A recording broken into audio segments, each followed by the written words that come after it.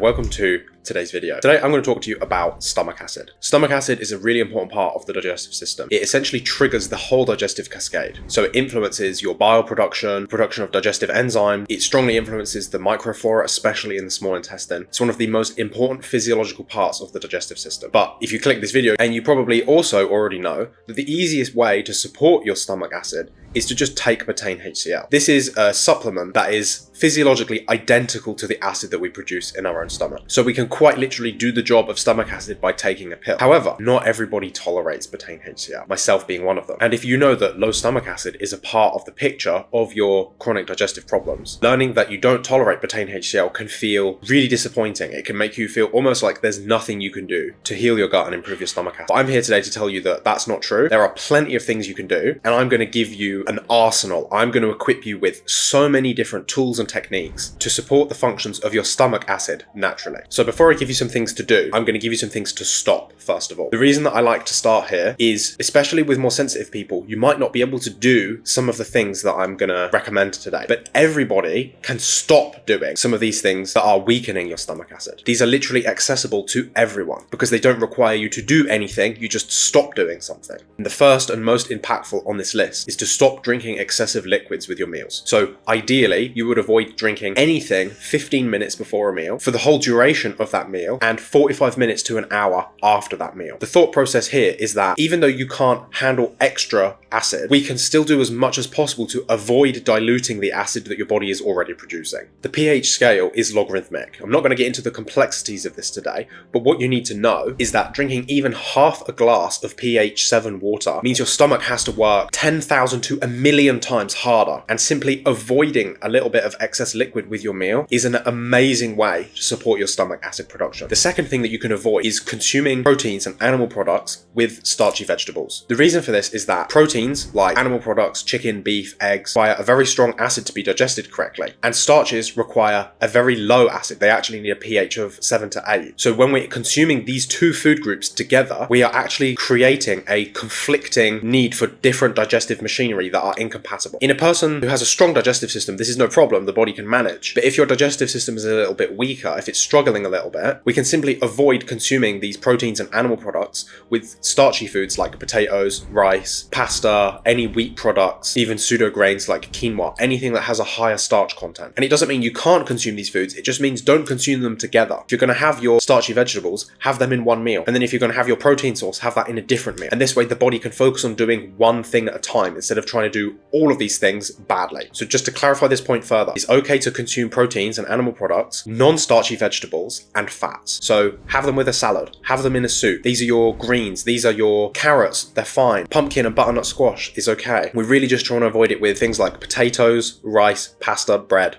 etc. It can also be helpful to include fats with the protein because in nature, anywhere you have a lot of protein, you also have fat. Think about eggs, think about animal products. You've always got fat alongside the protein. So adding healthy fats like egg yolks, tallow, lard, olive oil, coconut oil, alongside your proteins can help to digest them. And finally, the thing that just about everybody can do is make sure you're eating enough good quality salt. Your stomach acid is made of Betaine HCL. HCl is hydrochloride. Sodium is sodium chloride. We can provide one of the raw building blocks to make stomach acid by making sure that we have enough good quality salt in the diet. This isn't rocket science, it's very simple. Simply add a good quality salt to your food to taste. When you eat it, it should taste nice. If it tastes too salty, you have too much. If it tastes bland, you don't have enough. Your body is a biofeedback mechanism. It's telling you with how the food tastes, how much sodium chloride you need. So don't overthink it, don't measure it, it doesn't matter. Just go by how your food tastes. The final thing that everybody can do is look at how you are preparing your food. The way that you prepare your food significantly influences what type of digestive machinery you need to be able to break it down. If you think about how hard it is to pull apart a raw chicken breast with your fingers, it's very hard. This means it requires a lot of acid. Versus if you had a chicken breast that had been boiled or steamed for like 4, 5, 6 hours, you pick it up and it just falls apart. Just the weight of gravity alone is pulling it apart. This is going to require that much less acid. So think about the way that you're preparing your foods, especially your proteins, your animal products. A boiled egg is going to be much harder to digest than very soft scrambled eggs. Just really think about it. You don't have to make it complicated. You can look at something, you can taste something, and you can get an idea of how hard it is going to be for your stomach acid to digest it. it. So just think about the way that you're preparing your food and try to make it a little bit easier. It means your body has to work that much less hard, which means it's going to be doing that much of a better job. So don't get hung up on the things that you can't do. Focus on the things that you can do. Just about everybody should be able to do all of these things so far. Now, the next layer are things that you can do. And if you can't do them, don't worry. The things we've talked about are enough. I was extremely sensitive. I couldn't do Betaine HCL. I couldn't do anything on the list that I'm about to tell you. And I still managed to improve my stomach acid levels to the point where I have an extremely strong digestive system. Still not perfect. Don't get me wrong. It's not perfect, but it's so strong. And the question, do I have enough stomach acid, literally never enters my mind. So the first thing we can look at doing here, and this is especially good for people that have gastritis or any type of mucosal problem, leaky gut, things like that. We can look at strengthening this mucosal barrier. Sometimes the body has the ability to produce more stomach acid, but it doesn't because it's intelligent and it knows that the mucus isn't strong enough to handle more acid secretions. So your body being intelligent, it doesn't want to just digest and erode the stomach lining. So it reduces the amount of acid that's being produced because it knows that the stomach lining can't handle a stronger acid. So if we can boost that mucosa, if we can make it stronger, your body is naturally going to be able to feel comfortable producing more acid because it knows that it isn't just going to be destroying the stomach lining. One of the best ways that we can support this is with broth. Broth contains a lot of substances that help the gut lining to heal. This includes things like glutamine, glucosaminoglycans, and these other glycoproteins. These things are all mucilaginous. They are all mucousy in nature. And not only do they provide the building blocks, but they also, in a way,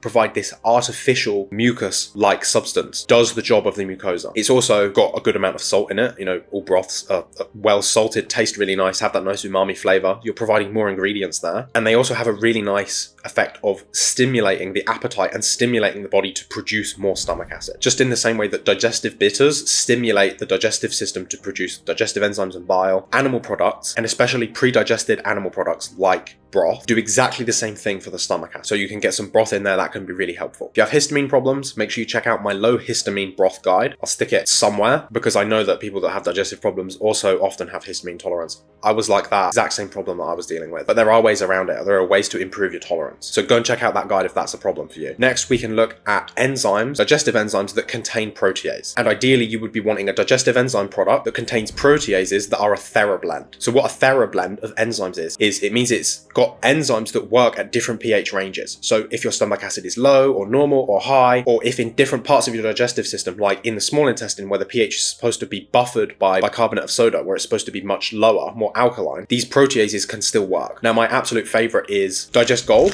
by Enzymedica. I have some here and I'll stick some up on the screen. This is a really, really nice one. It's a full spectrum digestive enzyme, but it does contain a therablend of proteases. So this means that even if your acid levels are low, we're kind of hacking protein digestion. We're working to digest the proteins through a different mechanism. This can be really important because if you have a protein deficiency, it is going to affect all of the functions in your body, including stomach acid secretions, including detoxification, including appetite and motility. It's going to affect everything. So this is one way that we can make sure that you are getting an improved digestion of protein without directly influencing the pH in the stomach, which is the long-term goal, but in the short term, sometimes it doesn't work. So this is a way that we can kind of hack around it so that even if we can't handle these strong acid levels, we're still digesting our protein. And finally, we have fermented foods and probiotics. I myself was extremely sensitive. My favorite probiotic for sensitive people is the delactate-free probiotic, but in the long run, fermented foods are definitely better. Fermented foods contain natural acids that support the stomach acid secretions and temporarily will do the job for us. They also contain lots of digestive enzymes and microbiome rebalancing things. If you have low stomach acid, the likelihood of dysbiotic and pathogenic organisms living in the stomach is extremely high. And I'm not a big fan of directly trying to kill things. Instead, what I would prefer to do is put the correct things back in there. Probiotics and fermented foods have lactobacillus and other strains and species of bacteria that will help to improve the microflora balance in the stomach, encourage it to heal, and allow it to build up that mucosal lining and begin to produce the correct levels of stomach acid again. So if you're feeling stuck with probiotics, if you're extremely sensitive, you don't know where to start, I have a full and comprehensive probiotic guide, step by step, what types of probiotics, what dosages to take, how to incorporate fermented foods, everything. You can go and check that video out, again, somewhere around here. So hopefully now you're feeling a little bit less stuck. If you can't take Betaine HCL for some reason, or if you are taking Betaine HCL, maybe this has still provided you with a bunch of other tips and tricks to complement this. But just know that whatever's going on, wherever you're at in your healing journey, there is something you can do. You're not powerless. There's always something. We just need to figure out a way to strategize around it. So I hope I've already given you plenty of tools tools and tips and tricks, but if you feel like you still need a little bit more help, if you can't do it just from the information provided here in this video, you can always feel free to reach out and shoot me an email, support@Dickinson. I do everything I can help you, and if you need a little bit of extra support, we can always look at booking in a consultation so I can really give you a helping hand. That's everything for me today, so take care, bye.